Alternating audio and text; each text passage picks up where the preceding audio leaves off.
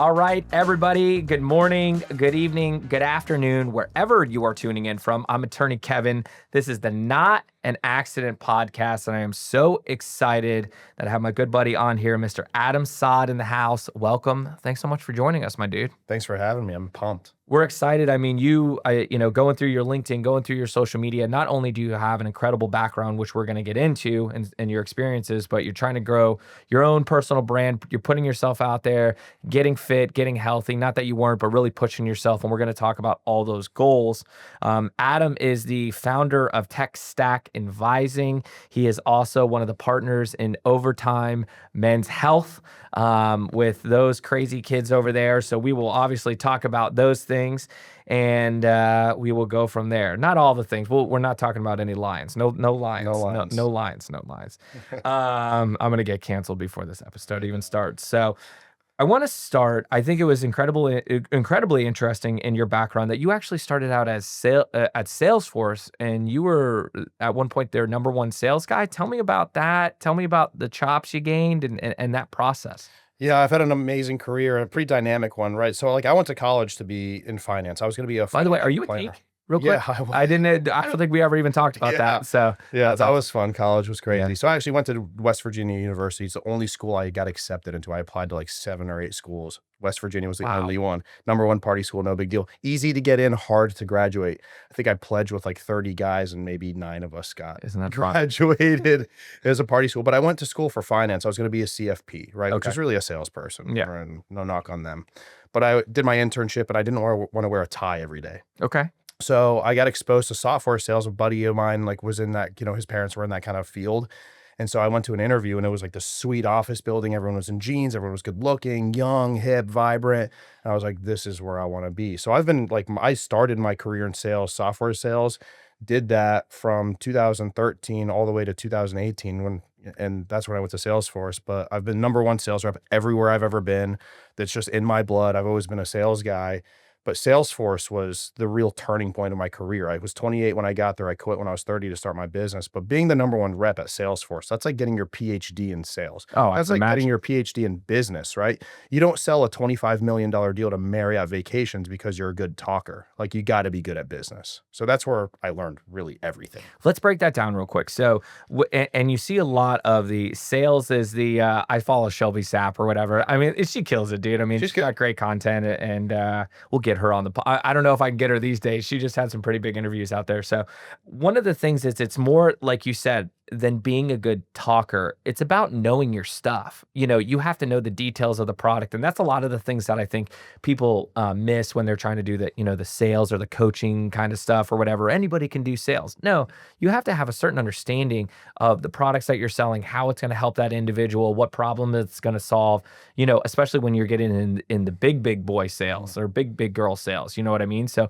talk about that a little bit. Yeah, it's really the outcome, right? So when you sell point products, you do sell the features and the functionality and the customer already knows what they want the outcome to be and they go look for point products. But when you sell like the big boys, like the Salesforce and Oracles and Amazons of the world, what you do is you actually start with the business first. You understand your customer's business and all the moving parts of that business. And then your platform that you're selling, you take that platform and you go to the outcomes of what that platform can do for the business. So it's a lot of formulation of what we call POV or point of view. What's your POV on the account? What's your point of view of how the product can actually transform the customer's business? And that's where the business acumen comes into play. Again, it's not just being a good talker. Absolutely. So what do you think were some of the things that set you apart as far as the sales role from somebody that maybe wasn't selling so well? What are the tips? Give me some secrets.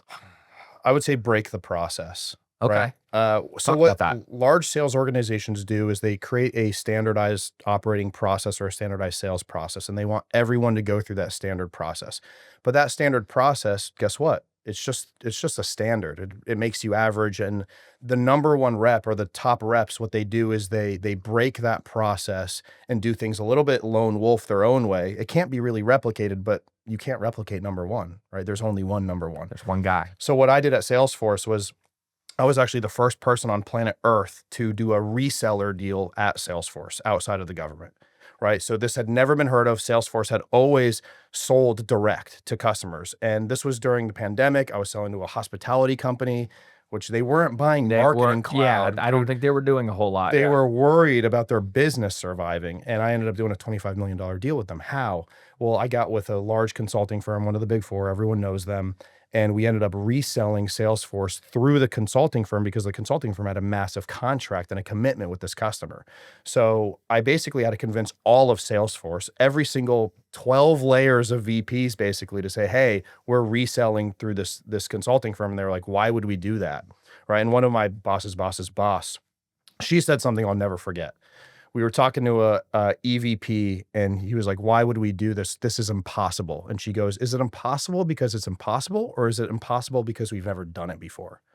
And that blew, like, my brain melted in that call. I was like, let's go. That's I'll write that down. That shifted my perspective on everything for the rest of my life. Is like, is it like impossible is nothing? I think that's a Nike thing, but like, that's when it made sense to me, right? That blew my mind.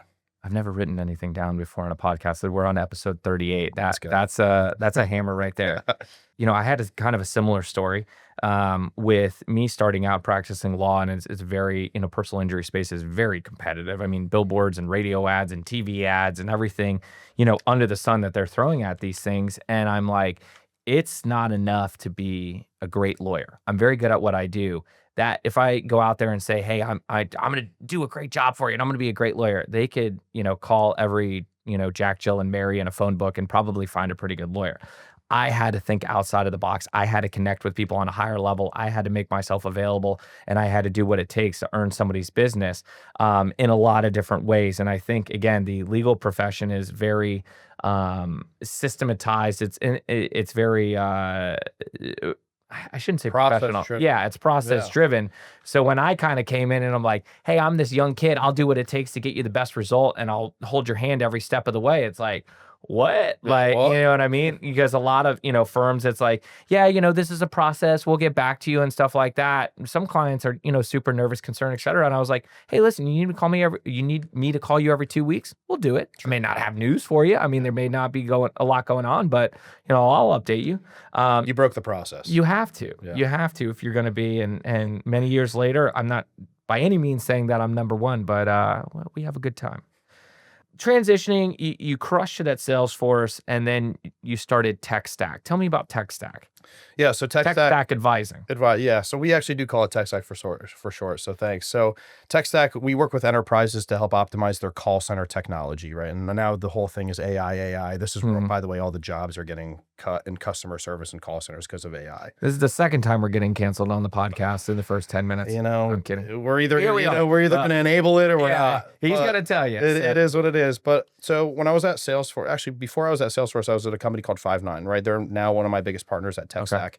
And I feel like I've heard that name before. Yeah, a multi-billion-dollar tech company, publicly traded. They do really well. But I learned about this whole concept of being a systems integrator, an implementation partner there, a channel partner.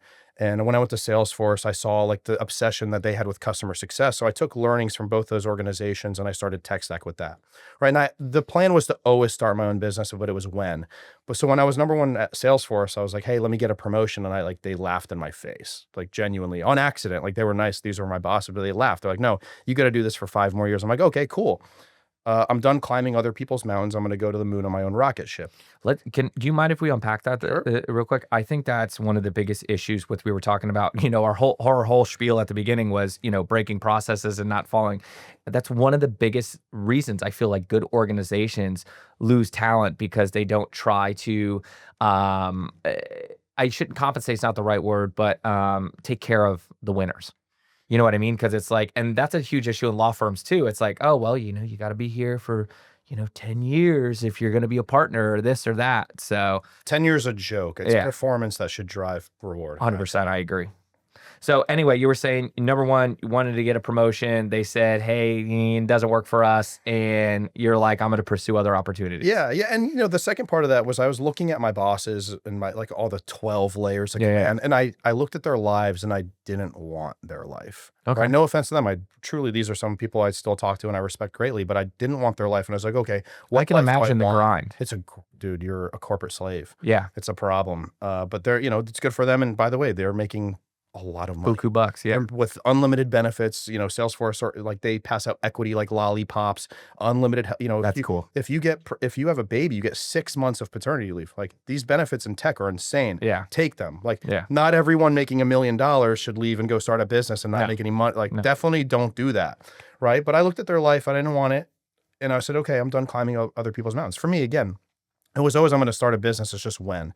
And like when you climb the mountain, like I'm not going to go climb it again. I'm not going to go do that. So I start Tech Stack, and dude, I went from making 7 figures in a W-2 to making, I think my first year I did $67,000. Respect. And it was a lot. It was like traumatic. 2017, my first 8 months, 9 months of being an attorney, I made 12 grand. I get it. Yeah, you've been there. Yeah. What's crazy is, this is a funny story. So you know, I made my 7-figure W-2 at Salesforce, and half of it gets taken away for taxes. And what I wanted to do was I wanted to buy a G-Wagon. I know you have a beautiful G-Wagon. I wanted to buy a G-Wagon. I wanted to buy a couple Rolexes. I'm a big watch guy. I wanted to buy an AP. So I said, you know what? This is silly. Like, that's irresponsible. I'm about to start my business. Let me not do that. So instead, what I did was I followed Warren Buffett's advice in this 2021.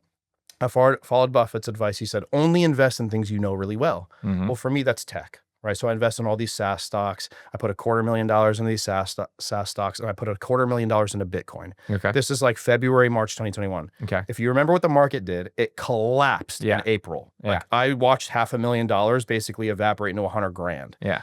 Oh shit. Sorry, am I allowed to cuss? No, you can. Yeah. Sorry. We try to stay away from F-bombs. Yeah. But a little shit every once in a while ain't a big deal. So what's funny about that is, guess what went up in value during that time? Supply chain issues. G-Wagons, Rolexes, and watches went to the moon. I'm like, oh, this is what I get for being responsible. Tripled your money. So not only did like my nest egg go to nothing, but I'd made no money. And so like everyone's like, oh, like, you know, you only were able to start the business because you made a lot of money. Yeah, sure. But like that money was gone. It was trapped in the market. And I, you know, it's recovered now, thankfully, but it was jarring to say the least. I left my old firm, or my, where I first started, and I went to my new firm, and I don't think I got paid like for 6 months or something like that. Like it was barely anything. And yeah, I mean, I've started over a couple of times. I was in a much better position this last transition, but yeah, I can imagine how scary that is. But you make it work. You do. I mean, I think that's what builds chops, and, you know, really you look back and you're like, you know, I don't want to do it again, but if I needed to, I can make it happen. And, you know, to climb the top of the mountain, to go all the way down and then start your own thing is incredible. So tell me about, as far as your thoughts on AI, and, you know, I'm sure this could be a whole podcast about that, but, you know, what should people be doing? Because I feel like there's so many platforms out there. How should people be starting? Okay. In my opinion, and so I work with Fortune 1000 enterprises every single day on AI initiatives. So I have a lot of exposure to it, right? I'm not the world's foremost expert, but I have a lot of exposure and I've seen what happens. My personal opinion is everyone should be aware and should be tinkering around with AI as much as possible to learn and gain their own exposure. But you should not trust it. You should not yet trust it. And I'll tell you. I agree with that. I agree with that. So in my opinion, don't go to AI and ask it for advice and look for answers, because it's wrong, right? Your $20 a month ChatGPT subscription is not going to get you the right answers. And I know this because my clients spend $1 million on all the best AI models. They interchange them constantly to get the best model for whatever the use case is. We feed it raw documents of all the answers to the test, and it's wrong all the time. This is $1 million subscription for AI. Your $20 a month ChatGPT subscription is not going to give you the right answers. It's the best for organizing your thoughts, and that's it, I think, right now. I agree. I think, you know, a couple lawyers got in trouble in another state for write this motion, and it was spitting out fake case law. Dude. Yeah, so it's like these guys are turning this in, you know, guys and gals are turning this in, and it's not even correct. So I think I treat it, or kind of see it, almost like fitness or any other kind of aspect of your life. I think it's something that you need to entertain. I think it's almost like a hobby. Yeah. And I think you need to be acquiring knowledge a little bit here and there every day, and maybe messing around with things, or a little bit of ChatGPT here and there, or the Gemini or whatever. But I think you should be double checking your work. And I don't think anybody that says, oh, it's a fully integrated, I'm not so sure about that. You know, we're interviewing for a role at my company right now, and we have them do a project, right? Hey, Okay. look at this reporting and show us what your point of view is for the customer to improve on their call center metrics. And 9 out of 10 candidates are just uploading it to ChatGPT. They do the presentation. We can tell, like, Oh we yeah. know it's Yeah. ChatGPT, and the amount of and it's making us dumber. Like, Yeah. these people probably know how to do it if they just spent the time doing the actual work, but they're relying on AI, and it's making everyone dumber Hmm. and wrong. Yeah. It's a problem.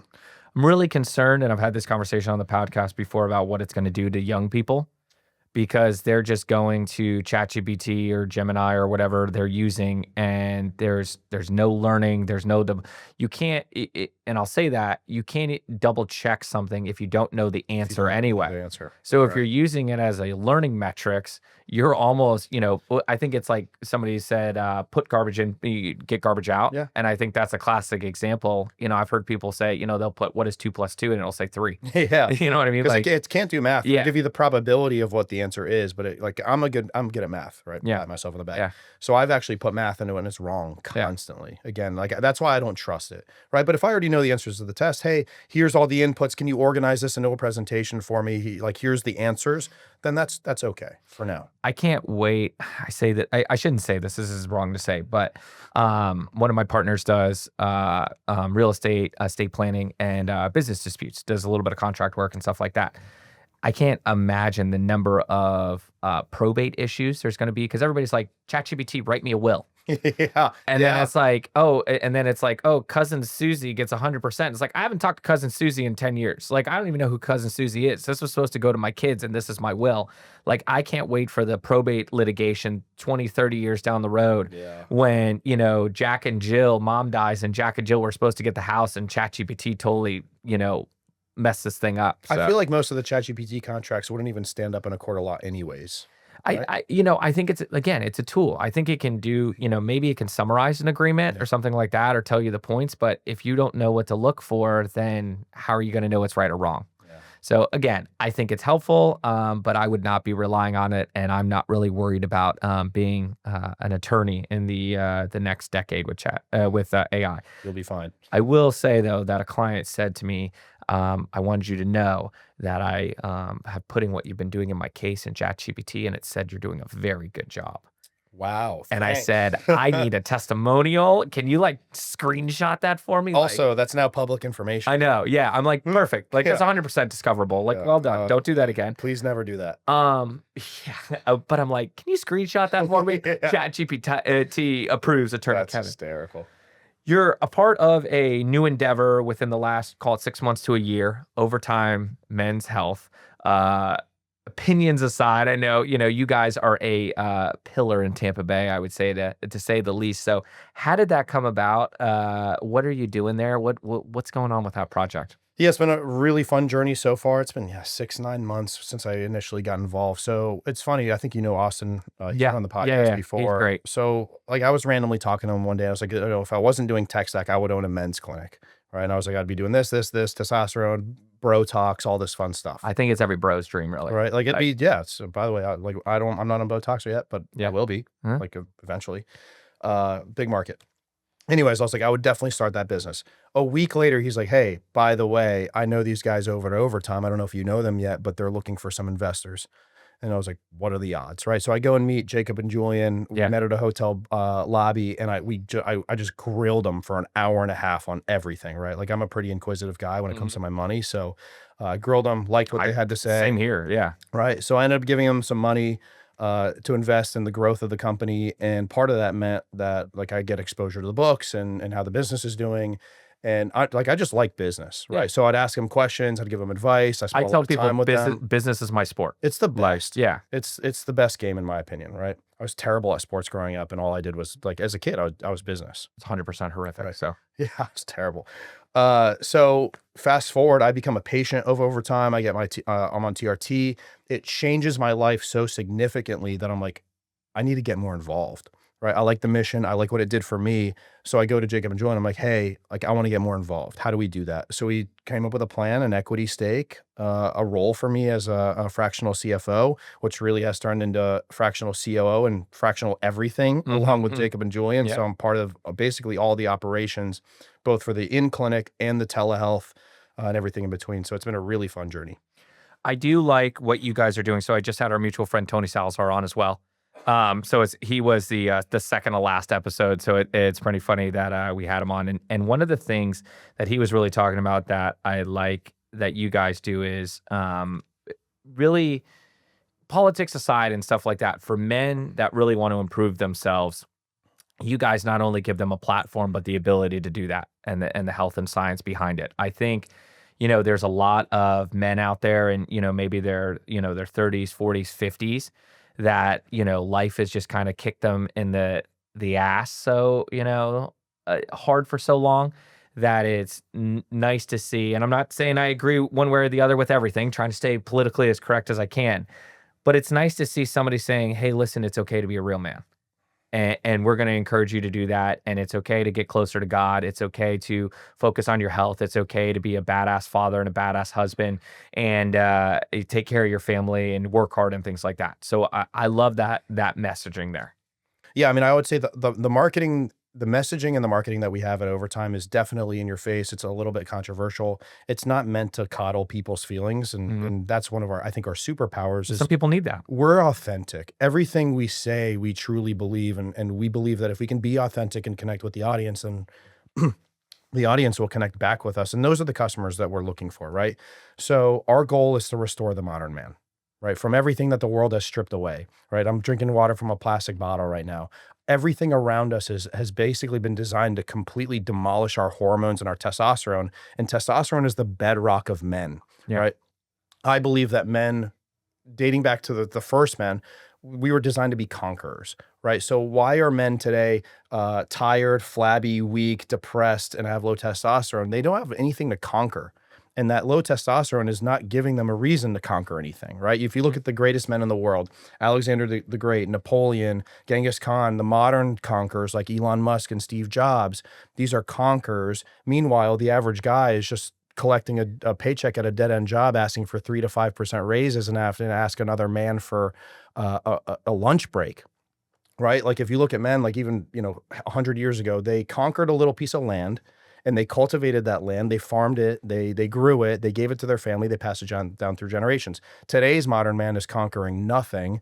And they're just watching their sports team on a Sunday all day. And they've outsourced conquest to that team. They're not doing any of their own conquering. And so our job, we have a responsibility to help men scientifically gain essentially their cojones back, boost their testosterone, and get back to conquering life and everything that life has to offer. And I think that, I was talking to Tony about that before when he was, and I forgot the four things that he said, but it was something along the lines of, he thought a real man was somebody with an exotic car, somebody with a six pack, or the 1% of man. It was something, I don't want to put words in his mouth, but it was somebody that was an exotic car, had a six pack, crushed in a business, was a family man, and was close to God. And that was like what, we should essentially all aspire to be. And I was like, wow, that's really true. And he's like, I can't really think of anybody that really does that. And I'm like, I'm right here, but I'm just kidding. I'm just kidding. missing the six pack. I'm missing the six pack, Yeah. but I think it's so important. And this isn't only for men. This is 100% for women too. Yeah. I have an incredible wife. I know we've talked about our wives and stuff like that. And my wife is one of the strongest women that I know and is a pillar in our life. And it's okay to, be beautiful and be sexy and be a great mom and work and make your own money and stuff. I mean, it's not just for the guys. I mean, it's for the girls too, to be the best person that you can be. Yeah, I would agree. I mean, I think we're all just trying to conquer this game that we call life. I mean, I try to stay in. But we give up a lot. People give up because life comes at you fast. Yeah. Right? Like, look at what's happening in the world. Like all the uncertainty. Like, are we going to go to war with Iran? Yeah. What's happening in the East? What's happening with the Epstein files? Like, my view of the world is like, let me just sit in my little bubble. I don't need to worry about what's going on. Let me sit in my little bubble. I have my family, I have my friends, I have my businesses, I have my loved ones, and let me just focus on winning that. And if I can win that, I don't have to worry about anything else. This is my little conquest. I call it a ripple effect, and it's really, especially since having my kids and things, where I have to work on making my circle the best that it can be before I can work on changing the world. That's right. And it's like, my goals have gotten so much more, I wouldn't call them minute. They're still very large goals, but it's like, how can I make the people in my firm better? How can I make sure my wife's, getting everything she need? How can I make sure, my buddies from college, how can I wait my colleagues in the industry and stuff like that?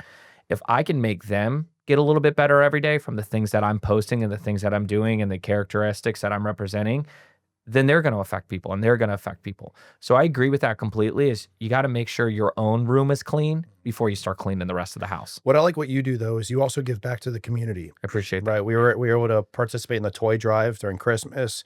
So, we have supercars and we have exotic cars, which is great. Like we're very fortunate to have these. But like, what's the point of driving a Ferrari or a Lamborghini if you're not giving back to your community? 100%. You have to be like, you're the ultimate loser in my opinion. And if you have all these great assets that are flashy, but you don't do anything to give back, like that, to me, those people have mixed up priorities. I like what you do. Me and my company and the overtime guys, we recently volunteered with a foster home here locally, participated in a gala, gave money. We're looking for more opportunities to donate. We were talking to the homeless too. Yeah. I thought that was really cool. Them as well. So like if we like it's our responsibility to build up our own community on our own bubble, and we're making that a priority in 2026 and beyond. I agree. I mean, that's our thing too, is really trying to figure out different ways to have fun and give back, and to live our values. You know what I mean? If like you said, I mean, somebody that goes and drives their exotic car and wears nice things to, go to the club every Friday or just go to dinner, and it's just kind of like not, just worrying about themselves and trying to get laid all the time, and or when's the next boat day or this or that, and not taking care of their community and other people and not making sure their people are taken care of, I think are really just doing it the wrong way. Agreed. You guys, we talked about it a little bit at OT, are known for I'll call it loud marketing. What is it like when they come to you with some of the ideas of like, hey, our next event, we want to skydive into and land in the middle of the party? Like when does that, when do you have to put down the COO hammer? Really, we have to be responsible. Of course. Right. We have to be people, because we're loud. I think some people are out to get us, but they're out to get us for the wrong reason. They just don't like us, and that's okay. They don't we're not trying to please everybody, but from Jacob and Julian have crazy ideas all the time. We have an event coming up that involves maybe influencer boxing, right? Oh, wow. Okay. And so the idea is, okay, we can do that, but only if we do it the right way. We do it responsibly. We don't break any laws. Like there's no rules other than don't break the law. Yeah. Right. So we just got to do it the right way. Yeah. Don't break the law. I know an attorney though. Yeah. Different kind of attorney, but still. But you just got to do it the right. I know the lawbreaker attorneys. We we can figure it out. Hopefully, I never need the references.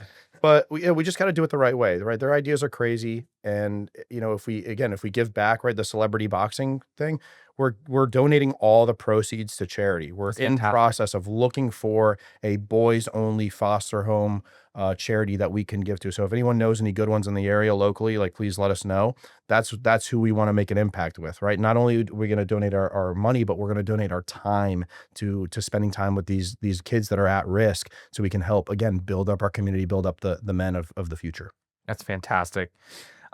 We've talked about, from your success at Salesforce to tech stack to, overtime's men's health, but you're still a very young man. You're a young guy.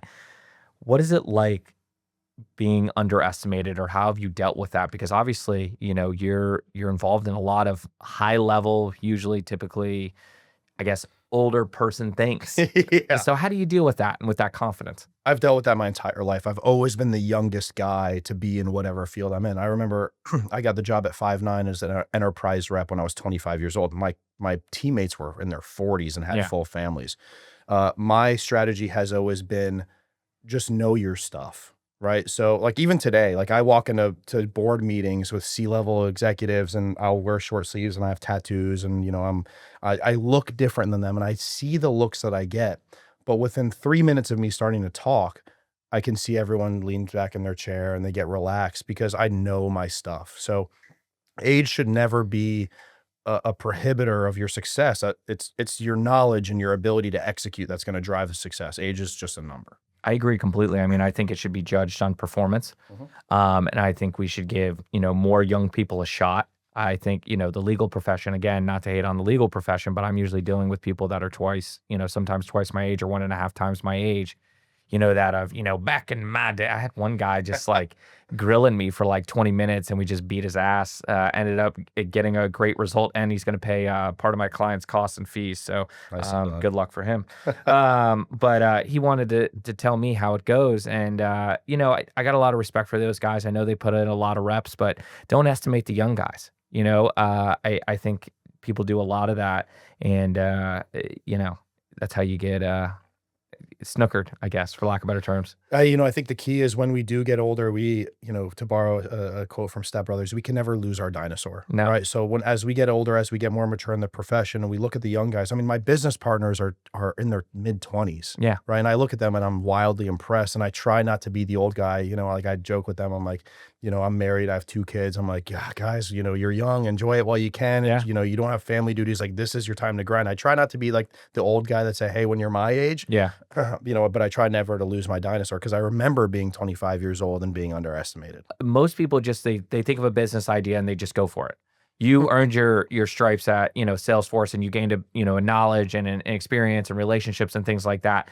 Do you think that helped you, and what is the importance of having that knowledge before you go out on your own? Yeah, I think it's everything, right? Having the experience, having the exposure, having the knowledge. I view jobs like, in my opinion, the perfect job gives you 3 things. In no particular order, but I'll give you my order. 1, you're learning a lot. You're having a lot of fun and you're making a lot of money. Money to me is, in a job, it's the last thing. Learning is the number one thing.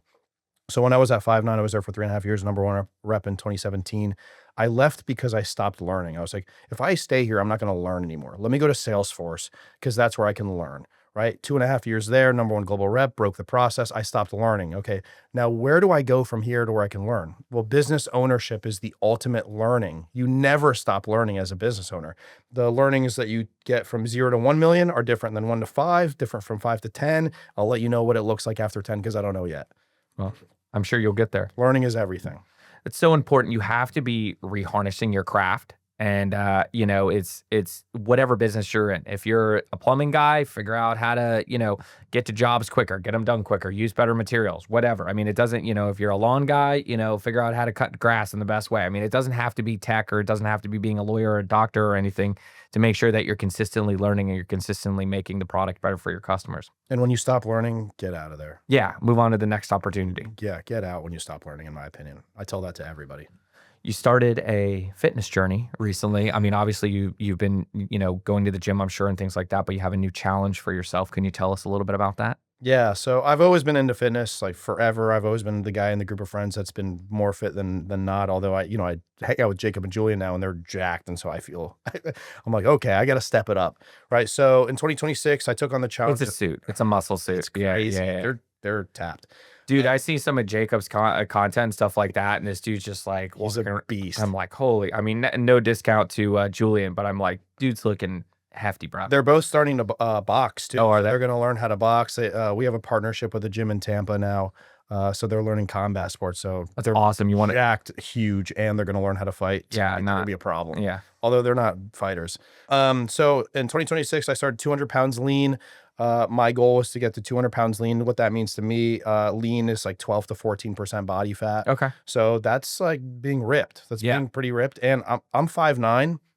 So being 200, like basically what I got to do is I got to basically drop. I was 200 pounds at the beginning of the year. I was fat. I was eating everything inside. I have a Colombian nanny who cooks, and I have Brazilian cleaners that cook. I was eating everything. Yeah, that's Right. bad. That's a bad combination. But it was fun. Amazing. Yeah, it was a lot of but fun to horrible. eat everything. But my lifts were big too. So basically the goal is to get down to about 18% body fat Okay. and then put on muscle after that. So I'm close right now. I weigh about 190, but here's the thing. If I don't hit 200 pounds lean by the end of the year, I'm going to donate 25K to charity on Instagram Live. I'm It's documenting amazing. everything on my Instagram, weekly updates, stories, whatever. The experts say it's impossible to do without steroids. Technically, I'm on TRT, which is a steroid technically, but I'm not taking Anavar, I'm not taking Tren, I'm not taking any of the other ones. It's just dialed in nutrition, dialed in training, dialed in peptides, and dialed in supplements. And between the four, I'm going to try to just take my body to its absolute limit here in 2026. That's incredible. I made it was similar, just trying to give back. So not linked to anything. I should link it to something this year or next year rather. But I'm donating $25,000 well to a Nice. couple different charities. I forgot the one we just donated $500 to somebody. But the Veteran Foundation. Forgive me. You posted on your social media in your bio, and I really like this: health, wealth, freedom, and family. What does that mean to you? My grandfather, wise man, he's like 98, still healthy, still alive, which is So cool. awesome. I never forget. He told me when I was young, he's like, you only have two things in life: your name and your health.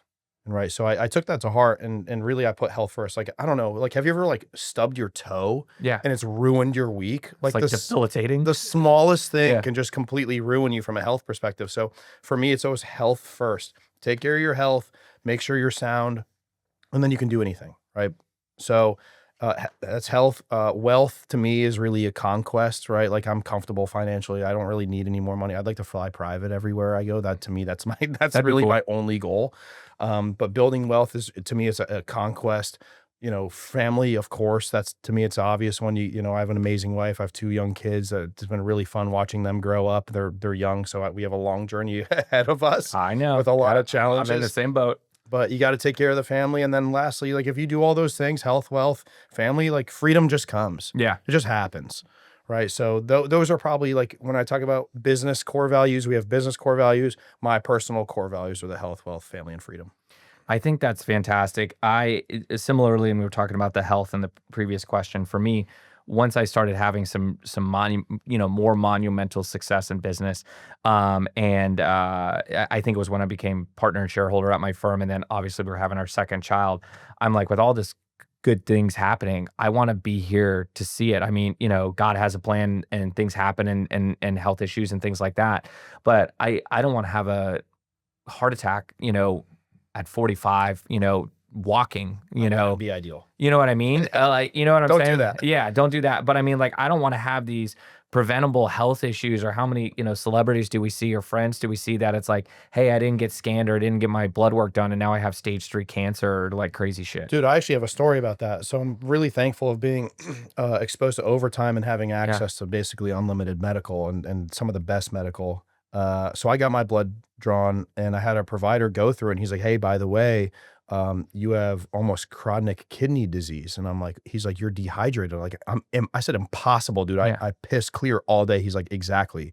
He's like, that water's just going through you. Nutrients aren't being absorbed. The water's not being absorbed. He's like, I need you to start putting salt in your water. So he Wow. has me putting Celtic salt in my water. He's like, dude, in a couple weeks, you're gonna feel great. A couple weeks have gone by. I feel incredible. That's Got awesome. my blood taken again. Kidney levels are perfect. Please, everybody, go get your blood work done. Check. Oh, And it's then you huge. never know. You think you're the healthiest guy ever, but you're drinking too much water. Yeah. What? Yeah. That's crazy. I I'd never have known that.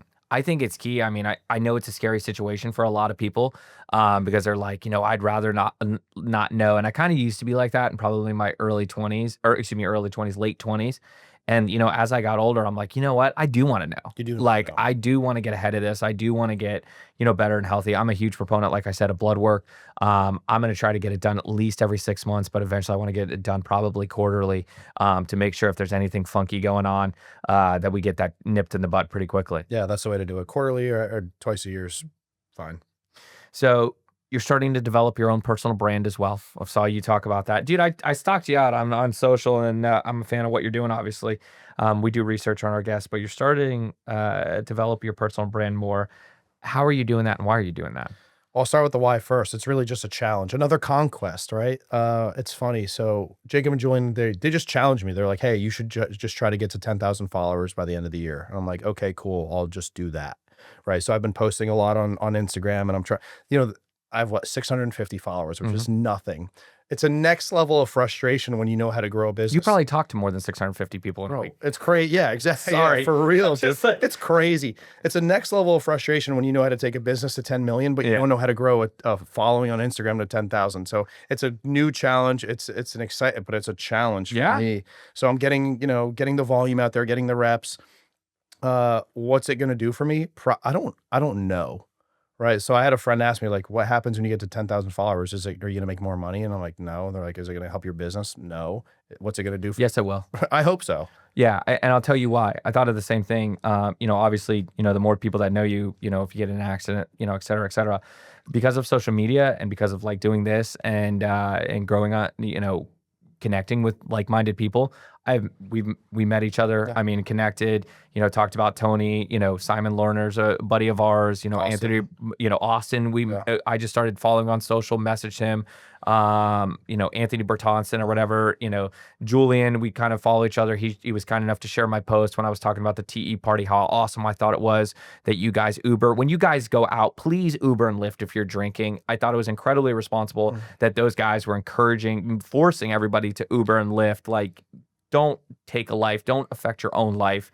Make sure you're being responsible. And I thought that was amazing. By the way, that was a conversation we had. Yeah. We genuinely had like, hey, how do we make sure people are safe? Like no one's getting Yeah. in trouble. Okay, we're not going to allow people to drive. It's going to Yeah. be super strict. So that was a conscious conversation we had. That was a great conversation. And that's super important. Like I said, I mean, you're either, God forbid you get in an accident, you ruin your life that way, or hurt somebody else. Someone else's life. Or ruin somebody else's life. I mean, that's a whole nother conversation, but get ready to spend 5-10 grand on a DUI attorney, at least. So, but I thought that was great, but you will meet, like I said, more like-minded people and more people that are going to be in your corner and encouraging you.